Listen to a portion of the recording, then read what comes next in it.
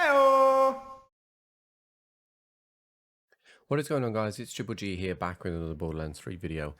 Today we're going to go through the 4 new class mods that have been added in DLC 4 and just give you a little bit of a description of how they will work. Guys, if you enjoyed this video, please consider subscribing to the channel or join us over on Twitch. We stream 5 times a week, and otherwise let's get straight into it.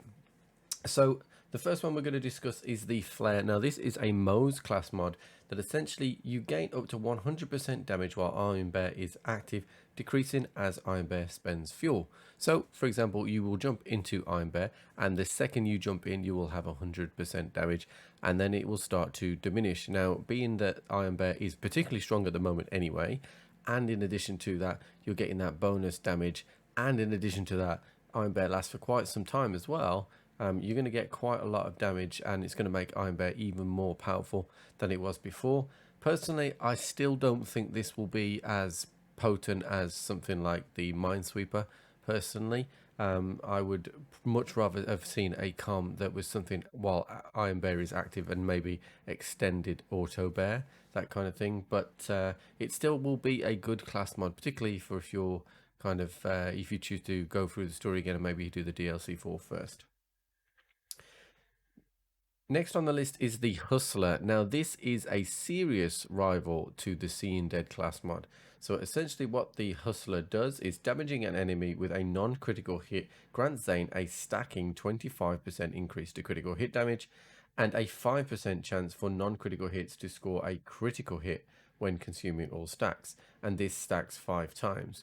Now this actually works really well with high fire rate weapons where you can constantly hit the enemy, and essentially if you like are comparing this with like brain freeze and other skills, you're going to be freezing enemies a lot and then critting off body shots. Now it says 5%, but it actually works a little bit better than that.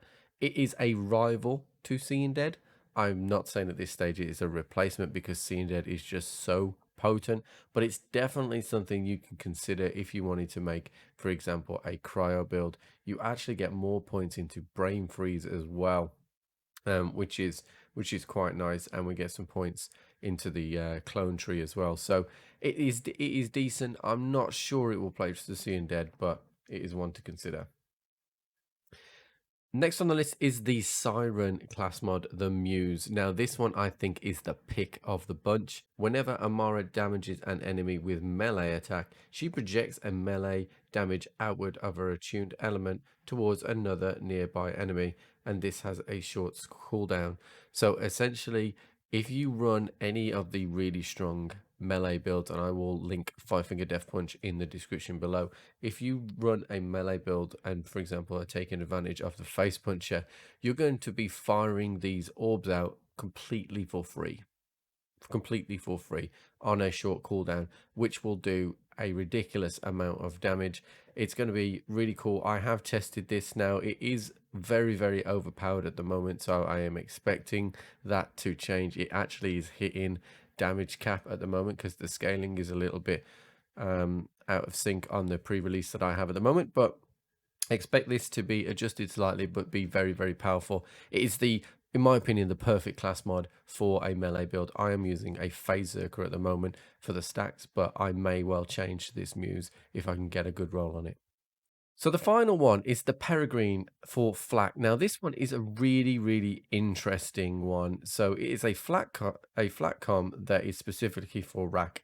Whenever Flak's rack hit an enemy, they drop a grenade, and this effect has a short cooldown. So this has a lot of possibilities.